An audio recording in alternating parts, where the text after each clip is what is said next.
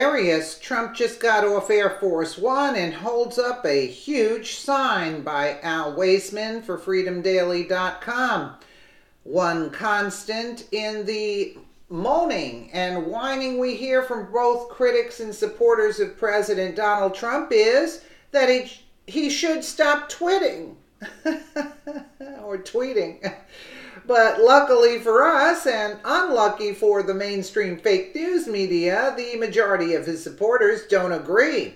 Although his critics believe Trump is often mean when he tweets and that his tweets are a distraction, many accomplishments Trump's tweeting habits serve as part of the basis for a new, now failed bid at impeachment by House Democrats, and the constant smear job from the far-left mainstream media, who are intent on pushing the narrative that our president, the one the majority of us support, should be removed from office.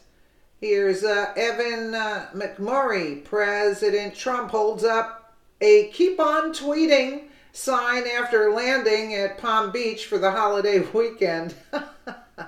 Isn't that hilarious? Keep on tweeting. As you can see above, there is proof not everyone agrees with President Trump should stop tweeting. And to highlight the support President Trump did, what President Trump does. He rubbed his detractors' nose in that fact. Absolutely. New York Times reports if Trump tweets, it is it news? A quandary for the news media. Since Election Day, President-elect Donald J. Trump has proposed a U-turn in American diplomatic relations with Cuba, boasted about negotiations with a major manufacturer, trumpeted false claims about millions of illegal votes, and hinted that he might upend current free speech laws by banning flag burning. All in 140 characters or less. As news organizations grapple with covering a commander-in-chief unlike any other, Mr. Trump's Twitter account, a bully pulpit propaganda weapon and attention magnet all rolled into one, has quickly emerged as a fresh journalistic challenge and a source of lively debate. How to cover a president's pronouncements when they are both provocative and maddeningly vague. Does an early morning tweet amount to a planned shift in American policy? Should news outlets, as some readers argue, ignore clearly untrue tweets rather than amplify falsehoods further? In interviews on Tuesday, political editors and reporters said that for now, they plan to apply the same new judgment they would apply to any statement by a powerful leader, even as some acknowledge that social media allows Mr. Trump to reduce complicated subjects to snappy and sometimes misleading slogans and sound bites. They're pissed.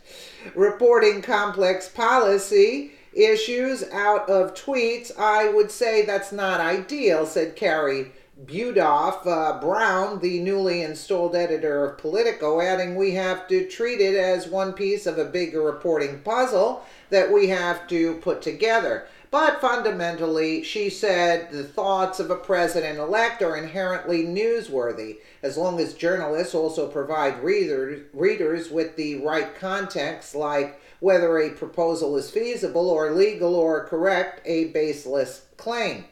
This is the way he's communicating with millions upon millions of people, and as a journalist, we can't ignore that, Ms. Brown said.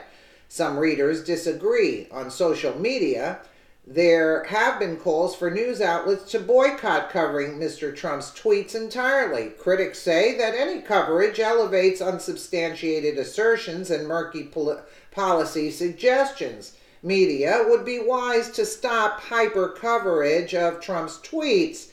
They distract, distort, and debase, Katrina Vanden Heuvel, editor and publisher of The Nation, said in a Twitter post on Tuesday. So in other words, she's allowed to post on Twitter, but Trump can't. Trump beats everybody to the game. tells it like it is. The historian Fred Kaplan declared it's time to ignore his tweets, echoing others who wondered whether Mr. Trump's provocative statements were a deliberate effort to distract journalists. Part of the concern is that Mr. Trump's Twitter posts can have a ripple effect in the media's ecosystem.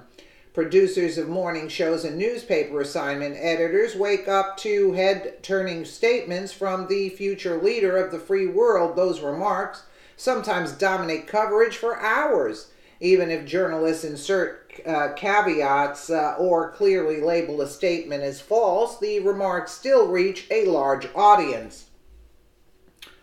But many veteran journalists argue that keeping the public in the dark about their president's comments would be a worse sin. Anything that a president would say, even if it was libelous or scandalous, it's the president talking, and I think you report it, said Chris Wallace, the Fox News Sunday host who moderated this year's third presidential debate.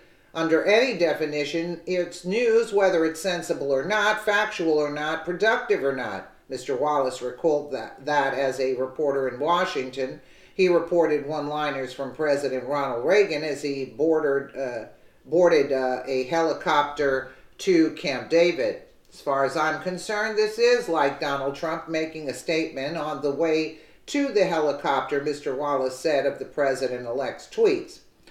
Handling Mr. Trump's Twitter account has been a hot topic in big newsrooms. Matthew Purdy, a deputy managing editor at the New York Times, said on Tuesday that Mr. Trump's remarks had to be assessed one by one. Clearly, his tweets are a window into policy decisions or his state of mind, Mr. Purdy said in an interview. Just because he tweets, it doesn't make it news, but just because he tweets, it doesn't make it frivolous either. Stephen Ginsburg. What, are we going to go down the whole line? Wow, this is a long article talking about his tweets. Anyway, let's get to the gist of the point.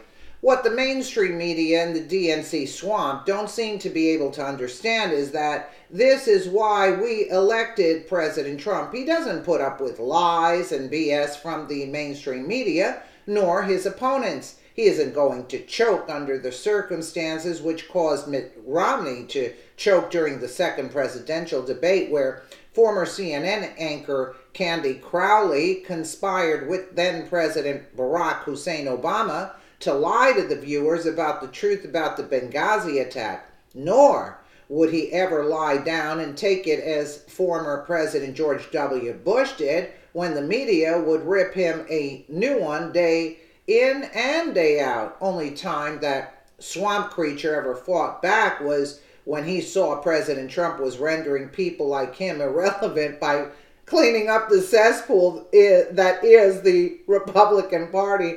Please share if you want President Trump to tweet away. Absolutely. Absolutely. And they go on and on. I mean, how much about each individual person? We get to understand the tweets are his way. And what do you mean fake?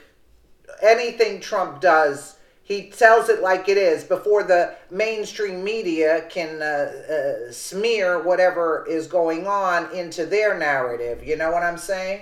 Let me know what you guys think in the comments below. And again, thank you so much for watching.